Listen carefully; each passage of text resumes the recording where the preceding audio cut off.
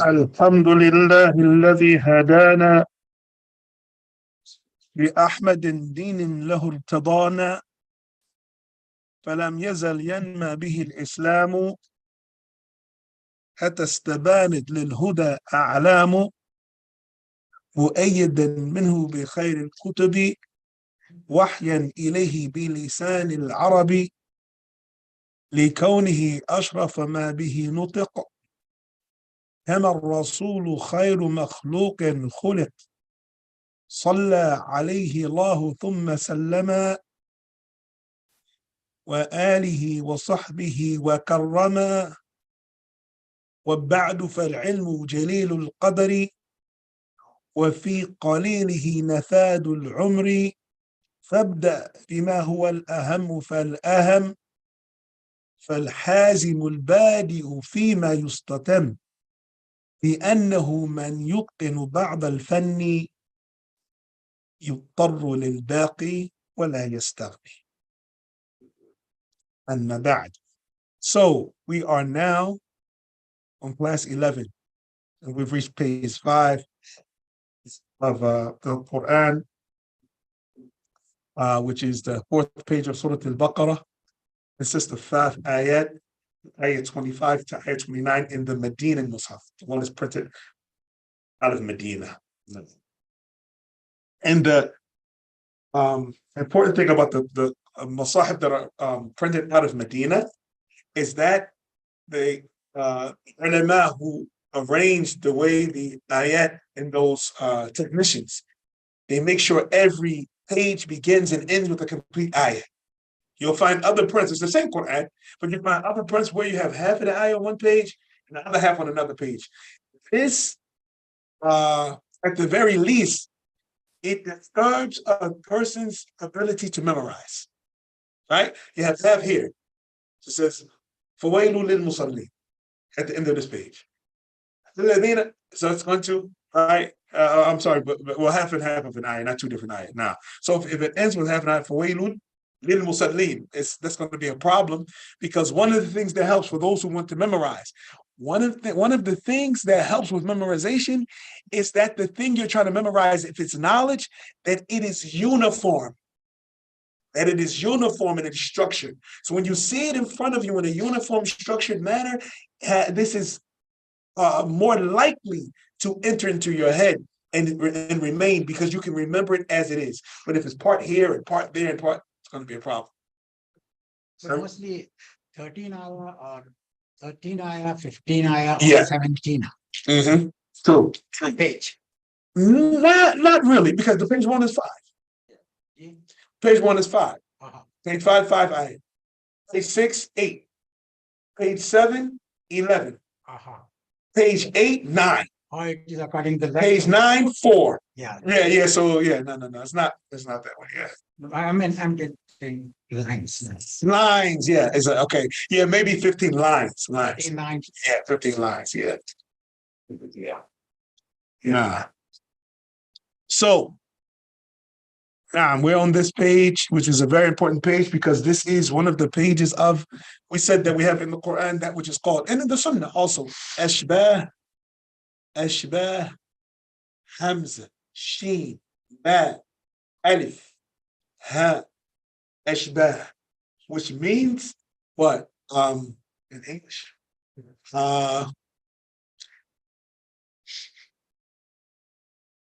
Verses that resemble one another. Ashbah. Not that. Because we have that word, but can be used for that, but I want to use ashbah, which is the plural of shabh, shabhun, which means not shubah, which is doubt. Shabahun means resemblance. Ashbah is the plural of shabah, right? And I can say Ilyas shabihun li Muhammad. Ilyas resembles Muhammad. So ashbah is the plural of shabahun, and shabahun is to resemble. So these verses resemble, or also we can use the word mutashabihat also for resembling ayahs. And ayat, they resemble one another in two ways: either in the actual wording, or the wording is different, but the meaning is exactly the same. So you have one of the two, right? Have one of the two. We use the word shabi in Urdu also. Subhanallah. Now, shabi, and it means what in Urdu? Means this person have a shabi, like a Look like. twin, looks like. Subhanallah. So it's the same in Arabic. Yes. It's the same in Arabic. Now, and then we have navair. Navair, and another for navair is nudara. And when it's used for humans, it means adversaries, contemporaries, right? That's why Allah Samad, la nadhira lahu. He has no contemporary, he has no opposite equal for him. For navair are verses that are opposite and equal, meaning you'll find a description in detail of the kuffar, their disbelief, and then their punishment. And then the nadhir to this ayat is that you have the believers, their belief, and their reward. So these are called navair. Yeah, we use it in Urdu. We use a name. Subhanallah. Because it's all, particularly the From Syrian. thing is all mixture of Arabic. I think that's from Arabic now. Mixture of Arabic, Persian. Yeah. We say there is no Nazir. English came last, later. No, there is a Nazir name also. Right. But we in common language. Yeah. We say there is no Nazir. Nazir nahi milti. Yeah. There's no competition, no equal. Subhanallah. This is beautiful. So somebody here is responsible for teaching me Urdu, inshallah, because I want to learn this language. Nah. Sheikh Saad. Nah. Sheikh Saad doesn't speak Urdu? Always say, aapki dua. He always said that aap means he looking for your dua. Your dua. Your dua. Aapki dua. Inshallah. Nah. So Nazair is with Zoe. No. Because it's from the word Nadir. Yeah. Nadir is a warner in Dal. Yeah. No. That's the way used in the name Noon Zay. Nazir. No. So we're in ayah 25. وبشر الذين آمنوا وعملوا الصالحات أن لهم جنات تجري من تحتها الأنهار كلما رزقوا منها من ثمرة الرزق قالوا هذا الذي رزقنا من قبل وأوتوا به متشابها ولهم, like you said, resembling, right? ولهم فيها أزواج مطهرة وهم فيها خالدون. نعم. إذا كان الوعيد السابق للكافرين فبشر أيها النبي المؤمنين. So if the threat that preceded was for those who disbelieve, then give glad tidings, O you Prophet, sallallahu alaihi wasallam, to the believers. Billahi alladhina ya'maluna as-salihat. To those, the believers who believe in Allah and do righteous deeds. And we never want to separate the two. We never want to separate the two. We're not responsible for putting anyone in Jannah or in the hellfire. And when we look at the fact that that is not our responsibility, then if we do not find concessions from in the book of Allah or the sunnah of the Messenger sallallahu alaihi wasallam, then we do not provide excuses for things that violate the command of Allah. Because this is widespread nowadays. So even I've heard people make statements like, if a woman is seen that's claiming Islam, she's not wearing hijab and she's doing corruption and things like that, dancing, music, whatever like that. See, you never know, between her and Allah. I'm responsible if I see evil, I call it evil. I'm responsible that maybe she prays at night. I'm not responsible for maybe she gives sadaqah. I'm not responsible for that. I'm responsible as a parent. Apparently she's corrupt. And she is not having that shyness to even keep that between her and Allah. So because she didn't keep corruption between her and Allah, I am not to make up that she's doing something righteous in secret. Umar radiallahu anhu said what? Our duty, and part of his statement, he said, whoever we see doing a good deed, then we bear witness that he's a good doer. I'm not responsible. You never know. He could in secretly be beating his wife, beating his kid. I'm not responsible for that. And he's out in the open. I see he's a good person. That's what I'm responsible for. That's a good person. If I'm wrong, it's not because I'm foolish. What did Ibn Mas'ud radiallahu anhu say? He said, "من خدعنا بالدين خدعنا له." I said, whoever deceives us using religion, we're going to be deceived. Because we're only responsible for what the people show. It doesn't make us foolish. The hypocrites of major hypocrisy. It's just an action, meaning in belief and actions and everything. No hypocrites. The Prophet ﷺ didn't go searching and looking into the hearts, that they came out apparently behaving like Muslims. That's how we treated them. That's how they were treated by the Sahaba and the Prophet. It's the same thing today. So whoever we see doing good, we say, oh, that person, mashallah, is a good person. Whoever we say doing evil, we say that person is an evil person. Another misconception that's widespread today. And people just like today, everybody gets to speak today. So people like making nice quotes and coined phrases and like that. Hate the sin and not the sinner. Hate the sin and not the sinner, right? This is a new thing that's widespread. Never heard of it before. It's not in the Qur'an. It's not in Hadith. I don't know if anybody from the past. No. Without the sinner, you wouldn't have the sin. Right? When Allah sent down this punishment, did he send it down to destroy the sin or the sinners? When the punishment comes, is the punishment going to come and destroy the sin and the sinners are going to be left? Or the ones who do the sin are responsible for the reason Allah sent the punishment and they're destroyed. So then why does Allah destroy the sinners if we're only supposed to hate the sin and not the people that do it? It doesn't even make sense. How can you, right? So if we're going to take that, like we're talking about polar opposites. So if we're going to take that concept, hate the sin and not the sinner, and love the good deed but not the doer. I love the deed of sadaqah, but I don't love the people to give it. Why? Because it's the polar opposite. It's the polar opposite. Yeah, I think it's in general terms it's used for for kuffar. Of course, we have responsibility to convey them the message because of their acts are so heinous and bad.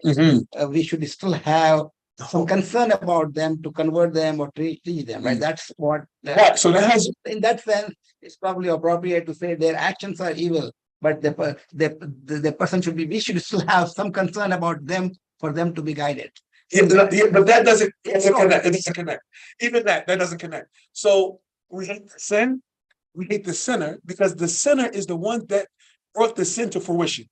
Corruption, Allah Ta'ala said, وَالظَّاهِرَ الْفَسَادِ فِي الْبَرِّ وَالْبَحْرِ بِمَا كَسَبَتْ أَيْدِي النَّاسِ. Allah said corruption has appeared on land and on sea because of what mankind's hands have brought forward. Right? Mankind, right?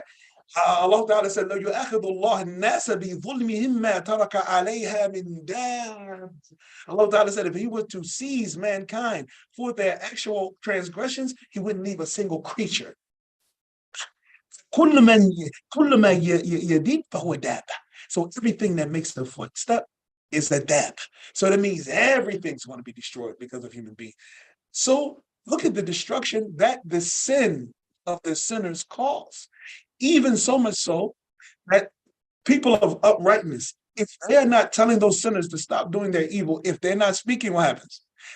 Even destroyed too. Like when Allah Ta'ala ordered with the destruction of the village that came in the hadith of the Prophet ﷺ, and the angels, he sent the angels to destroy a town or a village. And they say, Ya Rabbana fiha fulan. He said, there's so-and-so. They said, so-and-so is in that town. And it's from your righteous servants.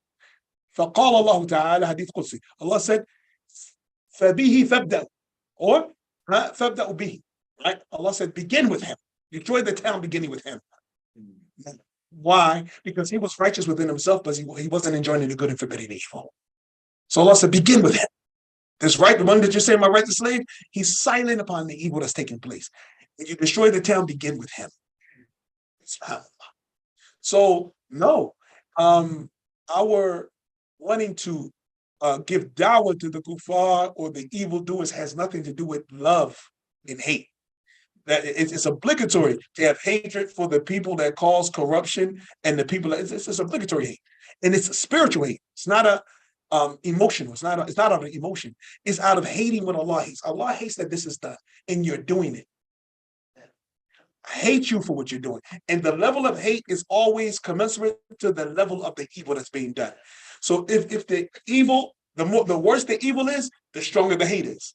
The less it is, the less the hate is. So we don't look at someone who, for instance, is badiyatly said, somebody has a nasty mouth, cursing and saying nasty things. We don't treat that person like the murderer, right? So this person we dislike, oh, the guy, somebody needs to talk to him. He has a very bad mouth, and I don't want to hear that kind of speech. So we have the hatred for that individual based on that level of the sin. Then we have somebody that's a murderer. Hey, this person's we're not even this person kills people, and like that. So it's always connected. The sin and the sinner cannot be detached, just like the good deed and the one that does good deeds. We don't detach them from their good deeds.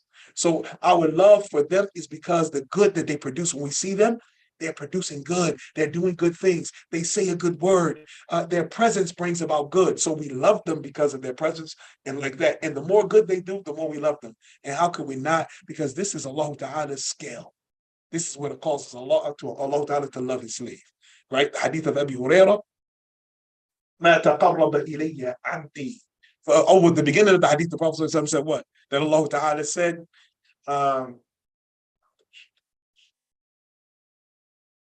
من عاد لي وليا فقد أذنت له بالحرب. Whoever became an enemy to a wali of mine, a friend of mine, then I will wage war against that individual. This is Allah subhanahu wa ta'ala. So if someone is very close to Allah subhanahu wa ta'ala through acts of obedience, the correct aqidah, then Allah ta'ala is taking this person as a friend. And whoever becomes an adversary to this individual, Allah will wage war against that individual. من عاد لي وليا فقد أذنت له بحرب وما تقرب إلي عبدي بشيء أحب إلي مما افترضت عليه. And my slave does not draw closer to me by doing anything more beloved by me than the things that I have made obligatory upon him. So you see the action and the door, they're together. The actions and the door are together. Allah Ta'ala loved the slave because of the actions that the slave did. Right? So Allah didn't love the action and leave the slave out of action. Likewise, the hate of Allah subhanahu wa ta'ala. Right? Allah Ta'ala's hate the one who does the action, and he hates the one the action and the one who does it. So he sent down brimstone on Sodom and Gomorrah. He sent the fierce wind to kill Ad and Thamud and like that. So all these people, he drowned the people of Noah, alayhi salam. The people, the sinner with their sins were destroyed. Nah. So when it comes to giving dawah to the kuffar, it means that just because we have a spiritual hatred for the misguidance thereupon, it doesn't mean we don't treat them kindly, don't treat them with respect. We don't, through our kind treatment, perhaps they will come over to Islam. And even if they don't, at the very least, and this is an important point about dawah, everyone's not going to believe. However, there is, for lack of a better expression, transferable evil, meaning evil that affects others. So if they don't believe, we want them at least to abandon morally those evil things that affects the society. At the very least, if they won't stop them, at least they can keep them to themselves. So that's part of dawah. Not just they come around, but at least they will abandon that. And this is exemplified in Surah Al-A'raf. In Surah Al-A'raf, we see that Allah Ta'ala sent every prophet and messenger to call to Tawheed and to warn against the social ills that existed in their ummah, right? For example, when he sent Shu'aib, he said, وَإِلَى مَدِينَ أَخَاهُمْ شُعَيْبًا قال يا قوم أن اعبدوا الله ما لكم من إله غيره ولا تبخسوا الناس أشياءهم ولا تفسدوا في الأرض بعد إصلاحها ذلكم خير لكم إن كنتم تعلمون ولا تقعدوا في كل صراط تعيدون وتصدون عن سبيل الله. Oh, he kept mentioning the evils that they were doing in society. He said, oh, people, worship Allah subhanahu wa ta'ala. You have no God worthy of worship other than him. And do not cheat people out of their things. And do not cause corruption in the land after it has been reformed and rectified.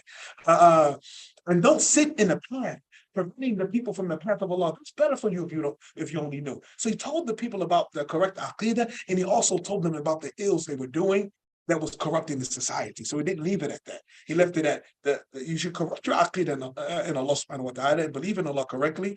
And likewise,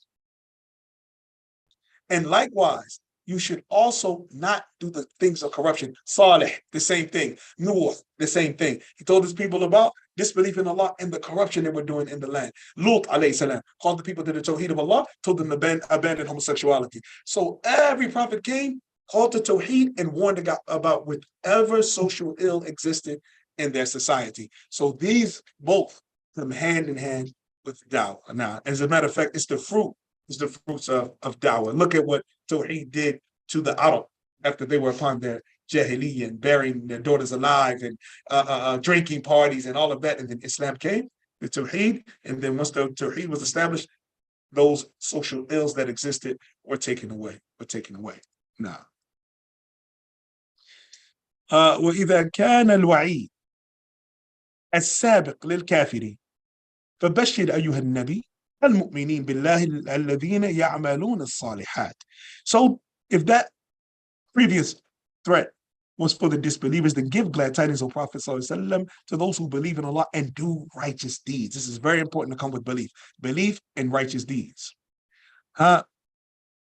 يسرهم من جنات بما يسرهم من جنات تجري من تحتها الأنهار, that which will bring joy to them from gardens underneath with which rivers flow. Which rivers flow. من تحت قصورها وأشجارها. So these rivers are flowing under the castles and the trees of Jannah. So you're talking about this is perpetual irrigation. Perpetual irrigation. So there's never going to be a winter or a fall, meaning that the trees are never going to tasfar, become brown or like the fall doesn't die. No, everything is perpetual. It's perpetual life. Imagine perpetual greenery. So this is the descriptions of Jannah. Now,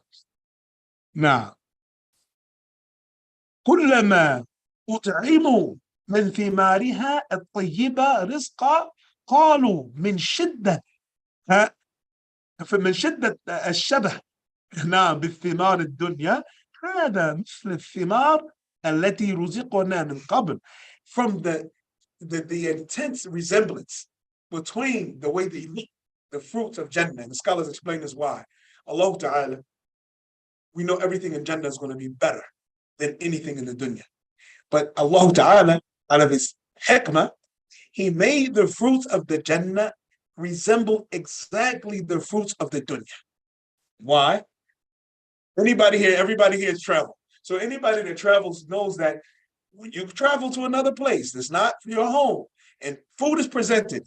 If it's not what you're used to, you may have some ambitions about eating it. No, that's okay. Do you have rice? Do you have, you want to ask for something that's familiar to you. Allah created us this way. And then someone has to maybe convince you, just taste it, it's good, just taste it, and then finally you may taste it. But if you get off the plane to a foreign land, then you see food that's from home, no one has to convince you, you're gonna go eat.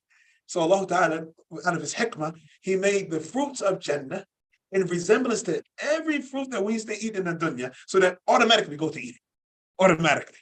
But the taste is what, may Allah make us from Ahlul Jannah. I mean, the taste is what's going to blow our minds if we're from Ahlul Jannah. Not only the fruits, all the comforts. Nah. The palm trees, the garden, any nice resort. Qur'an, Allah send them much. Nah. We were even talking about this, doctor, the other day. This is important. Everything, the gardens, the trees, everything. So much so that if we were talking about this the other day, that I remember when I was an atheist, and I only heard about other religions and their description of the hereafter, Buddhism and the nation of Islam, their belief that a spaceship's going to come take them somewhere, and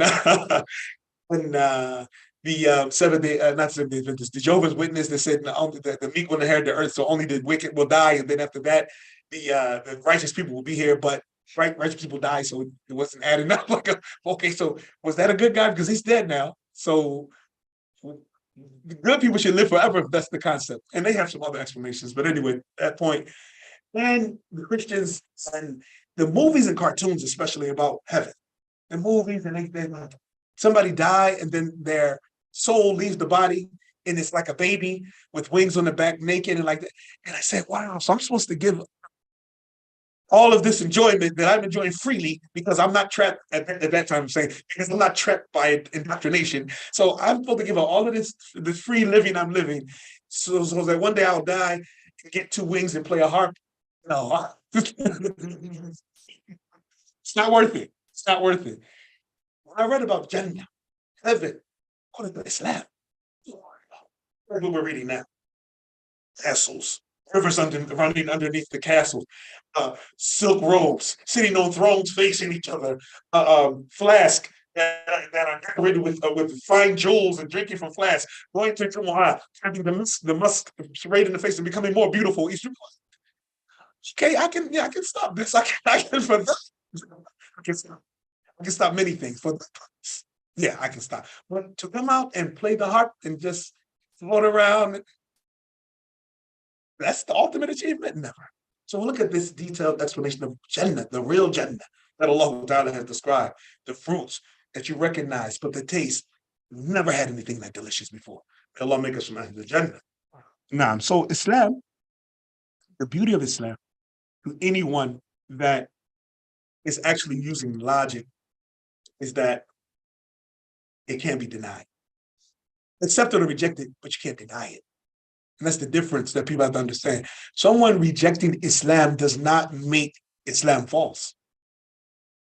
They just have not reached the level in which they're using their faculties to understand, and understanding that will make them embrace Islam. But they cannot find something wrong. Oh, no, I'm not because what? Leave the people to the side. The text of Islam. What issue do you have with the text of Islam? The text of Islam, the Sunnah, what issue do you have? Even the issues that people like to bring up today, we can tell them, wait, once upon a time, your people used to live this way. Once upon a time. So the thing that you reject, this is new for you. You made this up new, but according to your old culture or your old belief, you won't agree with us. Your great-grandparents would be mad at you right now if they can see what you were doing, because this is against your own culture. So subhanAllah. This is why I say Islam doesn't have an expiration date. It can be practiced at all times, all places. The people are upon their true natural disposition. People are natural. So this is the beautiful. Every time they're giving fruit from the good fruit, that's provisions from there, because it so much resembles the fruits that they would eat in the dunya. They said this is like we used to be provided with before. Now, وَقُدِّمَتْ لَهُمْ ثِمَارٌ مُتَشَابِهَةٌ فِي شَكْلِهَا وَاسْمِهَا. So it will be presented with fruits, right, that resemble the fruits that they had before in the way they look, and even the names, orange, apple, right? Even the names are going to be the same. So the names are going to be the same, and the look is going to be the same, right? حتى يقبلوا عليها بحكم المعرفة بها, so that they would even go to eat them because of them knowing what it is.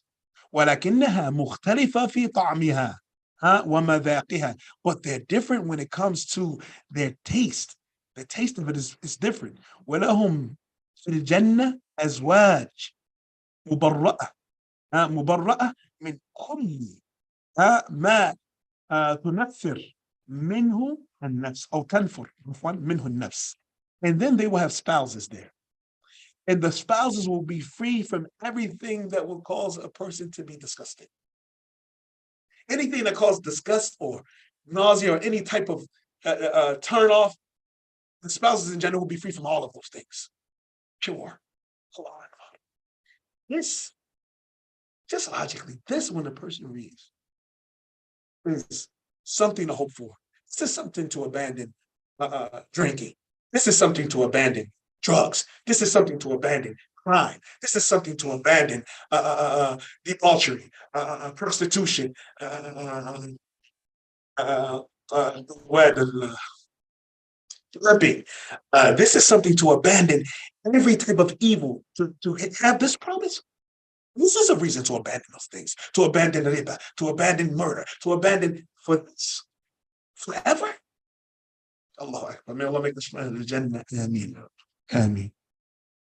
And when we get this description at this part, we return back to الَّذِينَ يُؤْمِنُونَ بِالْغَيْبِ. We hear this description, we go back to Allah's statement, those who believe in the unseen. Those who believe in the unseen. They say, how can you believe in something you've never seen? And then I just say to him, hey, you feel cold or you feel hot? Oh, it's kind of hot. Have you ever seen heat? Do you believe you're hot? Why do you believe you're hot? You've never seen heat. You've never seen heat. Oh, but I see the sun. Okay. You believe the sun is making you hot. What? Prove it. I'm just doing it by way of projection. Right? We know that Allah Ta'ala created the sun, the things that the sun does, but it's so many things. What do you feel right now? You feel upset or you feel happy? Fine, I feel fine. What do you know? You ever saw the way you feel? Have you ever saw happiness? You ever saw anger? So many things that in the dunya that people believe in, never seen before. Ever saw oxygen? So many things. Now, Allahu Akbar. Now, where you're stuck about, whatever the person is naturally turned away from, the spouses in general will be free from all of them. مما يتصور في أهل الدنيا, from which is accompanies the people of the dunya, or that our issues that we have in the dunya that makes turns us away and turns us off. وهم في النعيم دائم لا ينقطع, and they are in a continuous bliss that does not cut off. بخلاف نعيم الدنيا المنقطع. It's the opposite of the bliss of the dunya that what comes to an end. The bliss of the dunya comes to an end. Allah said, إن الله لا يستحي أن يضرب مثلا ما بعوضة فما فوقها فأما الذين آمنوا فيعلمون أنه الحق من ربهم وأما الذين كفروا فيقولون ماذا أراد الله بهذا مثلا يضل به كثيرا ويهدي به كثيرا وما يضل به إلا الفاسقين. We talked about this in detail. Indeed, Allah Ta'ala is not shy to give the analogy or the parable in things that are great, that which is a gnat or anything other than that. As for those who believe, they say, so they know that it is the truth from their Lord. And as for those who disbelieve, they say, what does Allah intend by this analogy? Allah causes many to stray this way, and He guides many this way, and He does not cause any to go astray except for the people of rebellion and disobedience. This is very important. This is a condition. Anytime before you're affected by empathy, sympathy, and any other emotion, and you see someone go astray, you have to understand, first and foremost, Allah is just. And that guidance is a mercy from Allah subhanahu wa ta'ala. Guidance is a mercy from Allah subhanahu wa ta'ala, that a person must be in the realm of those who do those things that make them deserving of this favor. It's a favor. It's a favor. So there must be something between the individual and Allah subhanahu wa ta'ala for the guidance to be sent to that individual. Likewise, of Allah's justice, وَلُطْفِهِ, in His gentleness, misguidance is also punishment. So, just as guidance is a favor, misguidance is a punishment. And Allah Ta'ala does not cause anyone to go astray or misguide them without them deserving it. So the first thing when we want to, that doesn't mean we stop giving da'wah, but the first thing when we see someone on misguidance, say, wow, so what, especially for those who have heard of Islam. So they say, wow, what did this individual do? This individual did something that interfered or harmed his relationship with Allah subhanahu wa ta'ala. So Allah Ta'ala snatched this guidance away from him. Or the person heard of Islam but rejected it. This is serious. This person, Allah said, وَمَا يُضِلُّ بِهِ إِلَّا الْفَاسِقِينَ. made the istithna, he made the exception. He does not cause any to go astray except for the people of corruption. So this person has to have a level of corruption to be misguided. Now, will Allah subhanahu wa ta'ala, through our efforts and through this individual's intentions, call them back? We're not responsible. We're responsible for the effort. And be very greedy. Be very greedy and selfish when it comes to this effort in dawah. What do I mean by that? Meaning, forget about the response. Forget about it. Just focus on the reward for the effort. Because if you focus on the response, it may stress you out. Especially when the closer the person is, and the more clear you believe that your message is, and yet they still reject, it becomes painful. It hurts, especially if someone that you have the natural love for. It's like, oh, many brothers and sisters, alhamdulillah, Allah favored me, and my parents accepted Islam, and my siblings accepted Islam. There are many brothers and sisters that their family did not follow them into Islam. So then what happens? It's something that they're able to handle until the day of the funeral. And the realization, I gave dawah to my uncle, my aunt, my sister, my mother, 10 years since I've been Muslim, and they died without accepting it. So this is a heavy weight. It's important to remove yourself from the result of your dawah. Forget about the result of the dawah. Just do the action of dawah and know from this ayat and other ayat, if these people corrupt between them and Allah, then Allah Ta'ala will send them the guidance. He will move their heart. And because their heart is moved, their tongues will move. Ashhadu an la ilaha illallah, ashhadu anna Muhammadan Rasulullah. And then after their tongue move, their limbs will move. Allah, pray, fast, like that. This is how it happens. If that heart is not moved by Allah subhanahu wa ta'ala. Allah told the Prophet, think about the relatives of the Prophet that died upon kufr. Allah Ta'ala revealed to him, you cannot guide those who you love. This ayah is also a proof that it's not haram to have natural emotional love for somebody who's a disbeliever. The haram love for a kafir is the love of what?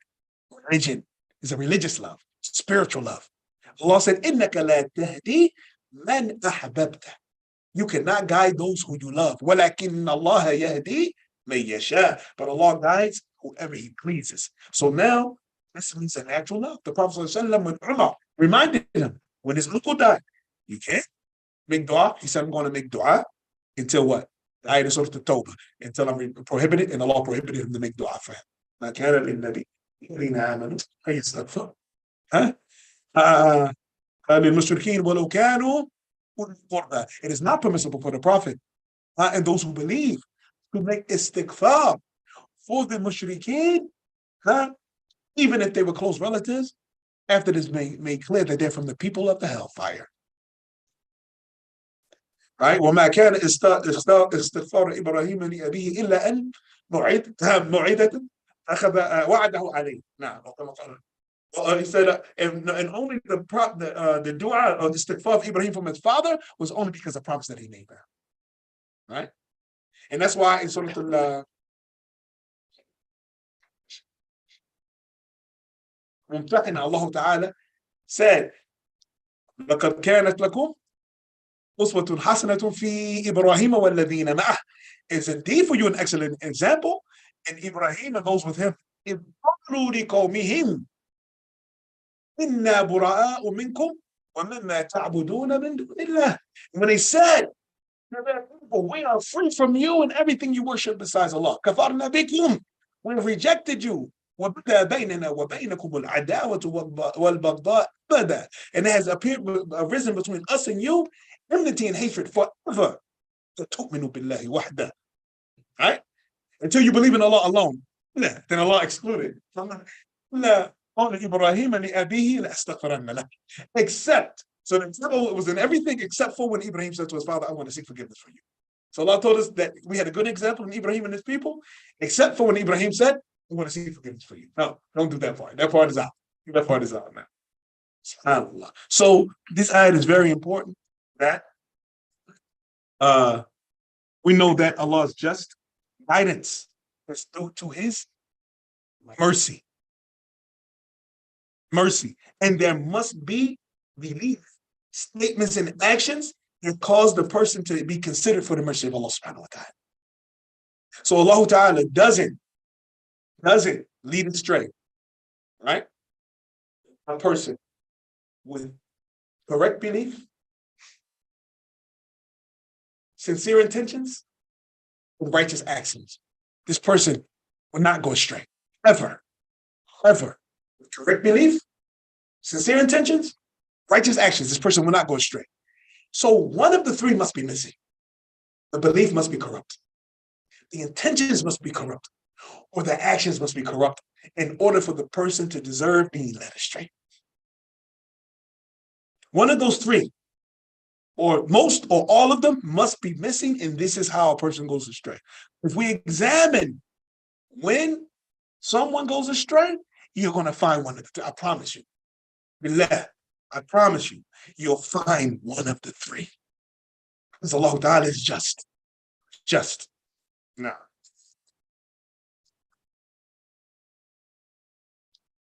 so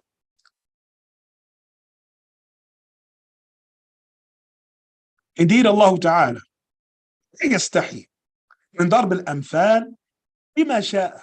Allah Ta'ala is not shy to give analogies or examples from anything that He pleases. فيضرب المثل ببعوض بالبعوض بعوضة. So He gives the example analogy of a gnat. فما فوقها الكبر أو دونها الصغر. And that which is greater than it in size or smaller than it in size. والناس أمام هذا النوعان المؤمنون والكافرون. And mankind, in front of these two types of analogies, or these types of analogies, these types that I find, and then mankind, in front of this are two types, believers and disbelievers. So in front of these examples or these analogies, you have two types of people, either the people that believe in them or disbelieve in them. فأما المؤمنون فيصدقون ويعلمون أن ما وراء ضرب المثل بها حكمة. As for those who believe, or as for the believers, and they affirm and know that behind these analogies and examples is wisdom. وأما الكافرون فيتساءلون على سبيل الاستهزاء. And then they ask by way of mockery, and سبب ضرب الله الإمثال لهذه المخلوقات الحقيرة. So they ask, what is the wisdom out of by way of mockery, right? What is intended by Allah by giving these examples of these despicable creatures, right? This is the way of the disbeliever. كالبعوض, like gnats, والذباب, like and flies, والعنكبوت, and spiders, and other than that. SubhanAllah. The example of the fly is an amazing example that Allah gave in the Qur'an in the end of Surah Al-Hajj. يا أيها الناس ضرب الله لكم مثلا فاستمعوا له. O mankind, Allah strikes for you a parable, an analogy, an example. So listen to it. الذين تدعون من دون الله لا يخلقون ذبابا ولو اجتمعوا له. Those who you call on besides Allah, they cannot create a fly, even if they were to gather together to do it. وَإِنْ مِنْهُمُ الذُّبَابُ شَيْئًا لا يقدرون عليه. And if the fly was to snatch something from them, they would not be able to get it back. ضعف الطالب والمطلوب. How weak is the seeker and the one being sought. Allahu Akbar. We all know the frustration of having a nice meal in front of you and the fly comes. And you just in your mind, you want to throw it all away, right? It's like, you want to rip the piece off that you landed, but the irritation and the frustration from this little creature. And he so fast, and then he lands on your food. You go like that, then once he hits your food, it's so much frustration that goes behind that. And then it's like, what do I do? This one little fly can cause all of that. That fly, how small he is, what happens?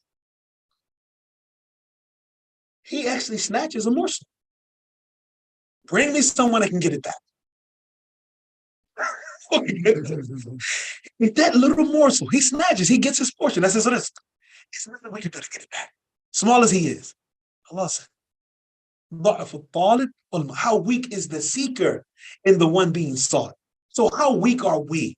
The fact that a fly can strong arm us for some of our food, and there's nothing we can do to get it back. Even if you smash the fly, you can't find that little muscle. Did it fall out? Did it? The biggest killer of mankind is mosquito now, malaria. The biggest killer of mankind. The biggest killer, malaria. Nobody. Mosquito. A mosquito. We got nets, sprays, all types of things. It's nothing we can do. And it's amazing because Namrud, Allah Ta'ala, scholars say in the Tafseer that he was killed by a mosquito, by a gnat. Oh, then smaller than the mosquito. Went into his ear. Allah humiliated him. Allah Ta'ala said, Alam tara ila alladhi haja Ibrahim fi rabbihi an atahu Allahu al-mulk. Did you not see the one who debated with Ibrahim about his Lord because Allah gave him a kingdom? قال إبراهيم ربي الذي يحيي ويميت. When Ibrahim said, my Lord is the one that gives life and calls death. قال أنا أحيي وأميت. Give life and calls death. He had two men, called for two men. They brought two men, said, kill him. So they killed that one, said, let him go. He said, I give life and calls death. فقال إبراهيم فإن الله يأتي بالشمس من المشرق يأتي بها من المغرب فبهت الذي كفر. So Ibrahim said, our Lord is the one that causes the sun to rise from the east. You make it rise from the west. So he was what? Humiliated, right? So after that, a gnat crawled into his ear. Allah allowed it to live. It crawled into his ear and reached to the point that he could feel it crawling around on his brain. It was itching his brain. So now, in order to remove the itch, it couldn't be removed until he was inside his head. So he would bang on his own head in order to remove the itch. He would bang his head against the wall to remove the itch, and the itch would only calm down. As soon as he stopped banging his head, the itch returns. So he's banging it to get the itch away. You know how sometimes you get the itch on your back, and if nobody's there, you're rubbing against the wall. So imagine that being in your head, right? Not on your head, inside of your head. That itch, that bad itch that gets on the back and is like in the middle of the spine. You can't reach it. So now imagine that being inside of your head. That itch, that. So he's banging. So he becomes so frustrated with the itch. He ordered the people are afraid of him, ordered the people to line up with shoes because Allah Ta'ala made it turn to the fact that banging his head would not remove the itch. Only thing will remove the itch was a shoe, the hitting with the shoe. So he made the people of the kingdom line up and crack him on his head with their shoes. So they still in line and crack, and then he said, okay, next. And that's how he died. Humiliated.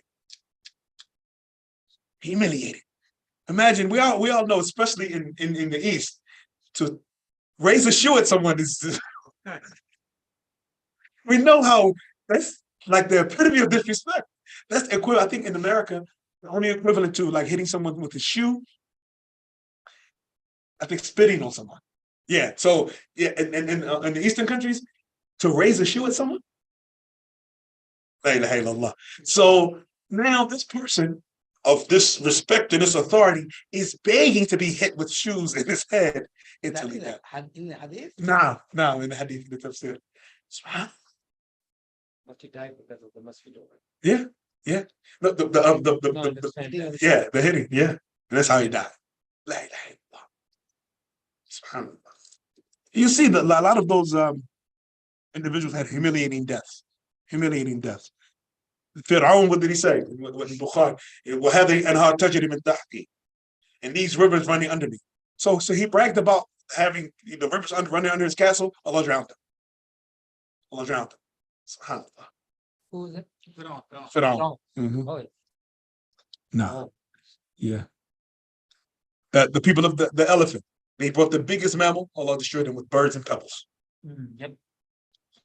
Ad and Thamud. They bragged about having the power and control. Allah destroyed them with wind. Shout.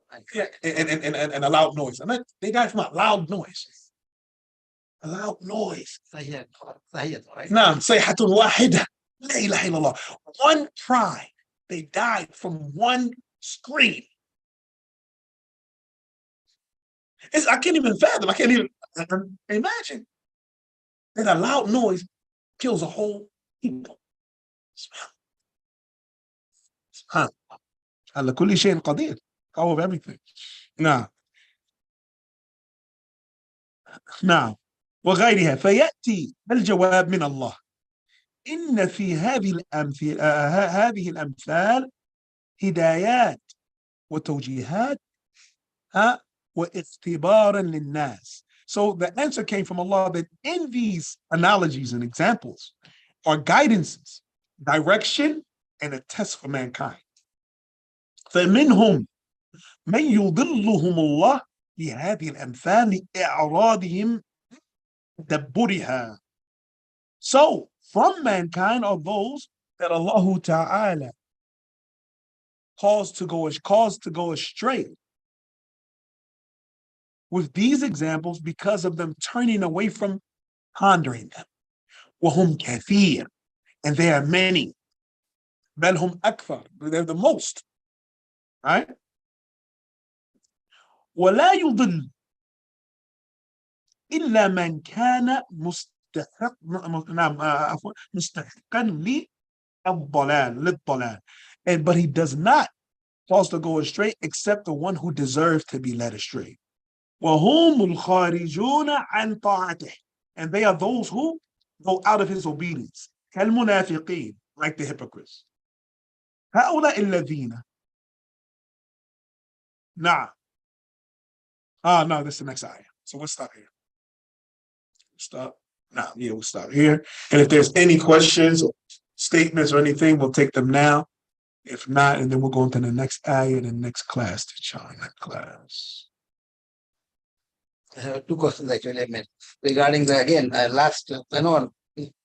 this was about we hate the sin and the sinner. Yeah, That was the topic I want to have some more to say because I've seen. I mean, I heard it is the most common khatibs in the Quran just last week. Yeah, I mean, it was wonderful khatib, mashallah. No, mashallah. The concept was saying that love, talking about LGBT and all those things. Yeah. He was given the example of how Ibrahim alayhi salam, when the angels came to destroy the Qawm Lut, he was jidala with him. He was arguing with him about the punishment. So out of the love, out of the concern for those people.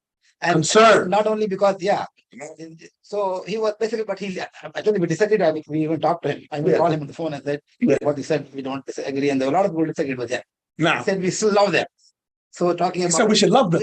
But I think he basically misspelled. He didn't mean it. Same thing, hate the Hate the concept and don't hate the sinner, right? That concept is so much rampant nowadays. so widespread. It's part of that concept is part of liberalism. Yes. It's part of liberalism. Yeah. So the Khatib, may Allah, forgive him, but he's been affected by liberalism because we look at it. Look at the Al-Fatiha that we've recited at least 17 times a day. غير المغضوب عليهم. مغضوب هذا اسم المفعول لمن غضب عليه الله. So that's actually a lot of people disagree with that. But what they try to bring about how Prophet was concerned about when he went to Taif, he didn't want to be destroyed. Concerned. When Prophet Islam was concerned, he didn't want to be destroyed. How? So we should not be. Also, we should be basically have that inner feeling and that they should not be destroyed, but protected and guided. But protect. Whatever. I'm saying that's what they try to bring out. That right. So concern with the people's guidance and loving them are two totally separate things. So the concern, Allah Ta'ala said in Surah Al-Mumtahina, لا ينهاكم الله عن الذين لم يقاتلوكم في الدين ولم يخرجوكم من دياركم أن تبروهم وتقسطوا إليهم إن الله يحب المقسطين. Allah Ta'ala said, Allah does not prohibit you as far as those individuals that did not fight you for your religion, right? Nor cause you to be exiled from your homes. And tabarruhum is like birrul walidain. It means to be very good to them. And to be just with them. Allah loves those who are just, right? So this action this ayah came right after what? After the good example of Ibrahim. Inna bura'u minkum, we're free of you, right? And there's enmity and hatred with us. So you have three types far in their attitude toward Islam. You have the open enemy to Islam and the dawah to Islam, right? And you have the one who's straddling the fence that may be interested or may have never heard. And then you have the individual who's clearly inclined. The individual is clearly inclined, mashallah, that's the highest level. Because this individual is sort of the Tawbah, Allah Ta'ala gave him a right to zakat. Right?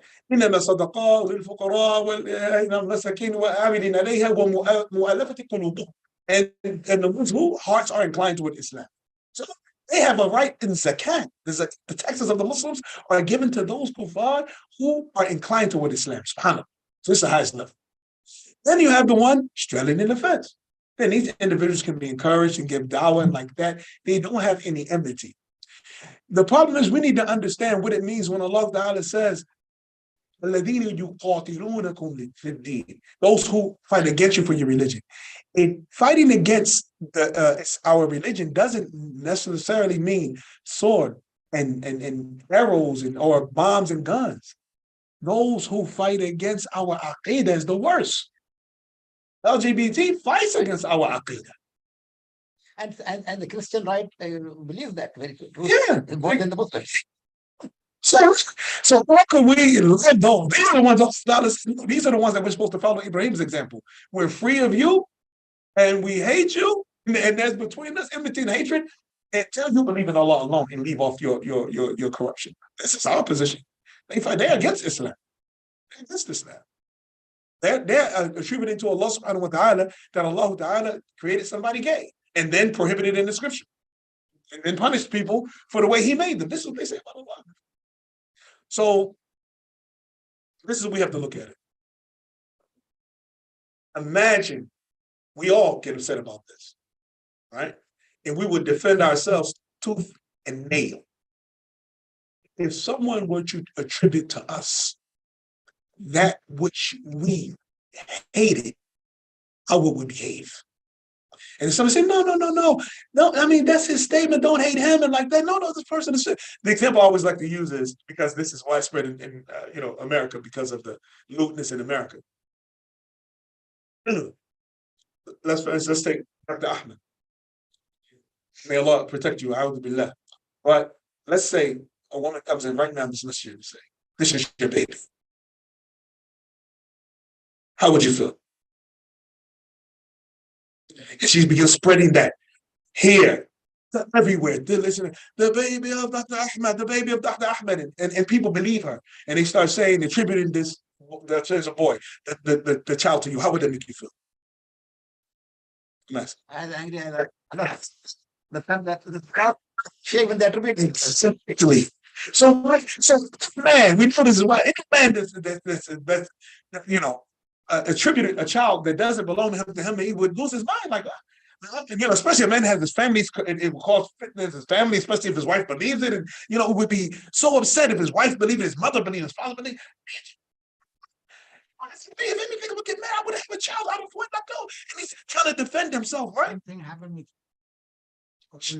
our mother Aisha, when she was accused of it. So but look at this analogy I'm giving. So how would we behave if we were attributed a child that wasn't ours? How angry would we be as men?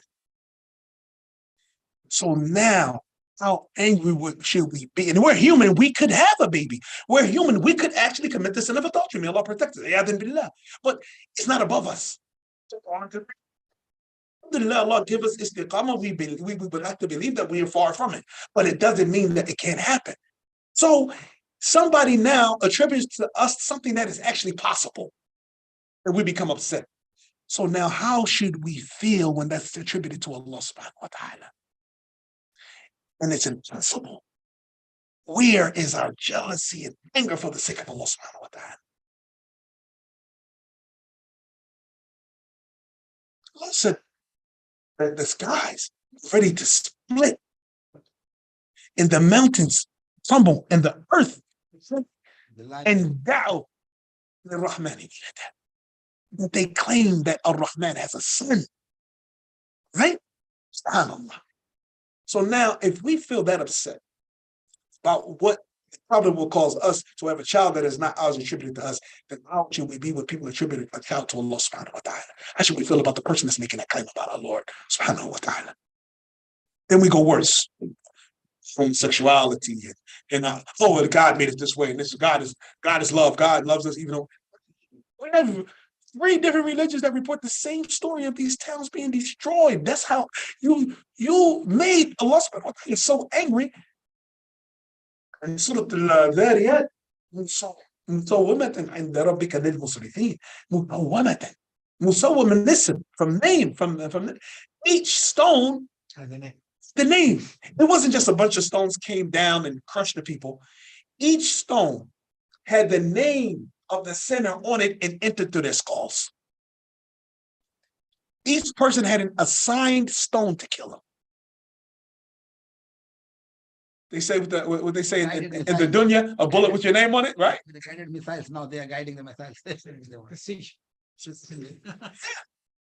The stone with the name of the sinner going straight into the skull. And then after that, Jibril alayhi salam raising the cities and flipping them over. He said, he was telling the Prophet he said, at the Yusman Nabahat al-Kinab, to the point you can hear the barking of the dogs of the towns when they were turned over. And it was all destroyed. It's all destroyed. Same story in the New Testament or in the Old Testament, in the Bible, same story in the Torah. These stories are told by all 3 religions, Islam, Christianity, and Judaism. So then how could anybody after that say, you have to love them? Love them for what? Allah didn't love them. Allah didn't love them. You think Allah loved somebody, they sent stones with their names on it, stitched their skulls with them, flipped the town over and with fiery brimstone? No. So, and then Allah Ta'ala said after that in Surah Al-Hud, وَمَا هِيَ مِنَ الظَّالِمِينَ بِبَعِيدٍ. And the same type of punishment is not far from people that do the same. Where is that? Surah Al-Hud. Surah Al-Hud. Surah Al-Hud. No, Surah Al-Hud. Allah said, وَمَا هِيَ مِنَ الظَّالِمِينَ بِبَعِيدٍ. Because he mentioned the story of the people of Lot. He said it's not far from people who do the same sin. And the Zalimeen, those who do this. SubhanAllah. And we know it happened again. It happened, twice in Italy since then. Since Sodom and Gomorrah was destroyed, they say it's by the Dead Sea. Then in Italy, Pompeii, it was homosexuality, public orgies, and like that. Allah caused that volcano near that town, and they died the same way until today. You can see them; their bodies have been preserved inside molten lava, laying on top of each other like that. They were like open public. And it was destroyed. And I believe at Pompeii, I don't know if it happened once or twice, but it happened in Pompeii. And there's a brother by the name of Harun Yahya. He writes books, right? Yeah. He did the story of Pompeii. Oh, really? Yeah, he did the story of Pompeii. It's amazing. It's still preserved to the day. It's still preserved to the day, that place. It was a place of open lewdness and free, this thing. Yeah. Pompeii, Italy. Yeah. So it's called Pompeii. Do the Christians also believe that same thing? They have that? The story of Pompeii? Uh-huh. No, they have the story of Sodom and Gomorrah.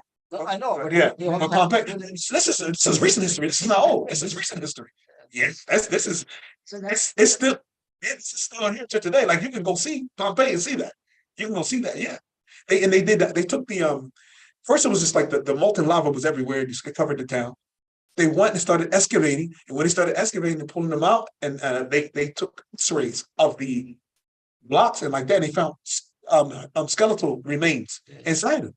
And they cracked it open. They found 2 skeletons on top of one. They found a skeleton of a human on top of a dog, and they were doing some crazy things in that city.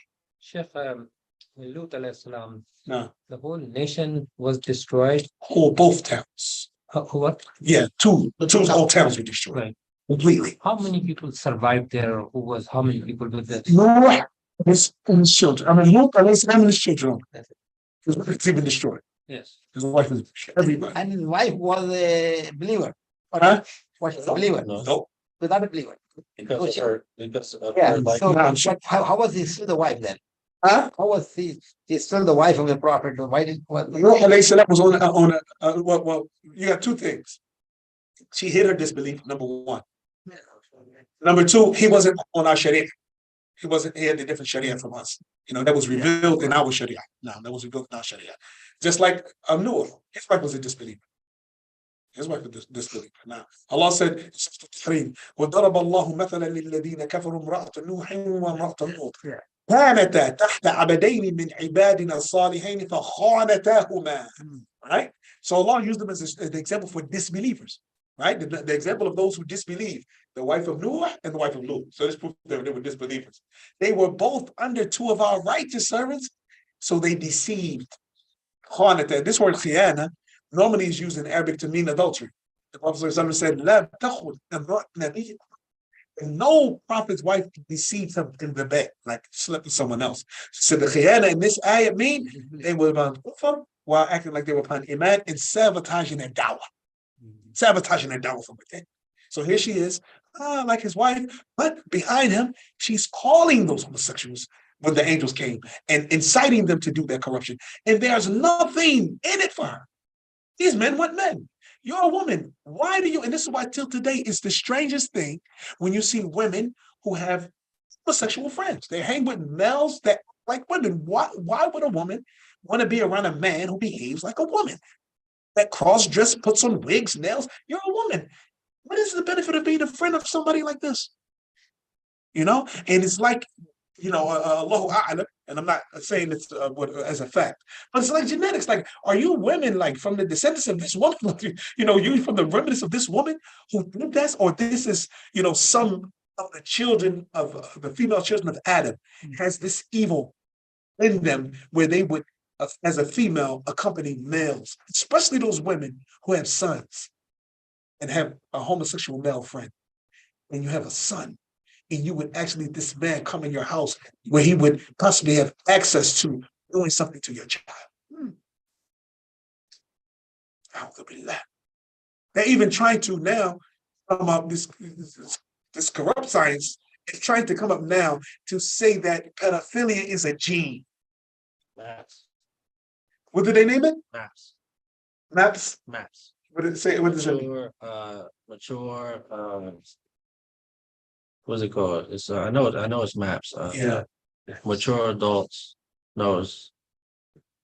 Maps. I forgot, but that's Yeah, what they call they're it. trying to say it's a gene that this person How you spell that? is not a. APS. MAPS, right? He said they're saying now this person's not a pedophile. What it is that their brain stopped maturing, so they continue to be inclined to those at the age where their brain stopped at. This is the kind of stuff they're trying to come up. Like, what did Allah Ta'ala say? وَمَنْ يُشْرِكْ بِاللَّهِ فَقَدْ ضَلَّ ضَلَالًا بَعِيدًا. Allah said, whoever commits shirk with Allah, that they've gone far astray. إِن يَدْعُونَ مِن دُونِهِ إِلَّا إِنَاثًا. They only call on other than Allah females. وَإِن يَدْعُونَ إِلَّا شَيْطَانًا مَرِيدًا.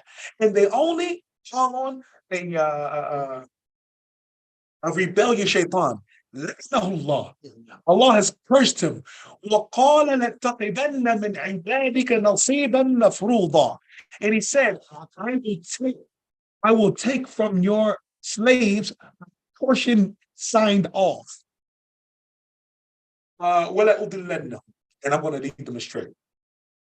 وَلَا أُمَنِّيَنَّهُ. And I'm going to inspire in them false desires. وَلَا أَمُرَنَّهُم. And I'm going to order them فَلَيُبَتِّكُنَّ آذَانَ الْأَنْعَامِ. So they're going to cut the ears of cattle. وَلَا أَمُرَنَّهُم. And I'm going to order them فَلَيُغَيِّرُنَّ خَلْقَ اللَّهِ. And they're going to change the creation of Allah. Minor attractive person. A minor attractive person. Manner. Maps. So a person now, just like just like a person can say he's bipolar, a person can say, "Oh, I have maps." No, it's okay. He has somebody's baby. He can say, "Yeah, I have." No, I'm not a pedophile. I have maps. I'm afflicted with maps. Hey, I saw. I think I said before. I saw. The picture of Pompeii is really. Yeah, you see it, right? Really. Yeah. Look at this. Frozen like that. Frozen. They were busy going about in their lives, and Allah sent this volcano and it froze them in that state. It's like the ayat of Surah Al-A'raf. Allah Ta'ala said, وَكَمْ مِنْ قَرْيَةٍ أَهْلَكْنَاهَا فَجَاءَ بَأْسُنَا بَيَاتًا أَوْ هُمْ قَائِلُونَ. Allah said, and how many villages did we destroy? So our punishment came to them while they were bayated by night, while they were taking their qaylul about that. If you travel and see, like in Turkey, in Troy, the city of Troy, Yeah. yes, Troy 1, Troy 2, Troy 7. Troy 7 is almost 300 meters underground. So now there's excavation. They see the whole city. Troy 1 destroyed. After hundreds of years, Troy 2 destroyed. Now that the Troy, the last Troy, we know the Troy of the Troy, that is Troy 7. Allah. So recently I went to Turkey last year and I had a detailed tour of these sites. Yeah. So amazing. Allah. So how the God preserved those, even now, when you dig, go back and see them. How they were destroyed completely. SubhanAllah. No, it is in, not in Istanbul, it's far away, it is in Central. We had it with A tour guide. Yeah. Yeah. SubhanAllah. So Then in Turkey, there is a place, the hidden city, Mhm. where those volcanoes form those chimneys, they're called fairy chimneys. Mhm. And there, the early, the Sahaba of Isa alayhi salam, when they were persecuted, Yeah. they came and they hid themselves there. There was a hidden city of how they were practicing their religion or whatever. And because the Romans were persecuting them. Yeah, there. yeah. And even Maryam alayhi salam was taken away from one of his companions and brought to a city somewhere in Turkey where she spent her last few years. SubhanAllah. And the Christians have now make that area sanctified as the third holiest place for Christianity. For them, yeah. After the church of the nativity of the Jerusalem. the one in church, the two churches there, right? Yeah. The church of the Holy Sepulchre, Yeah. where he was crucified. That is the second, and where he was born. It's called Church of Nativity of Jesus Christ. Right. The third place is the Turkey, which is where Maryam alayhi salam left her last few years. SubhanAllah. She was taken away from them by those. So they say the Christianity, even though it was born there, but it was Established there. in Turkey. SubhanAllah. Christianity as a religion was established in Turkey. SubhanAllah. Because it couldn't be established where it was.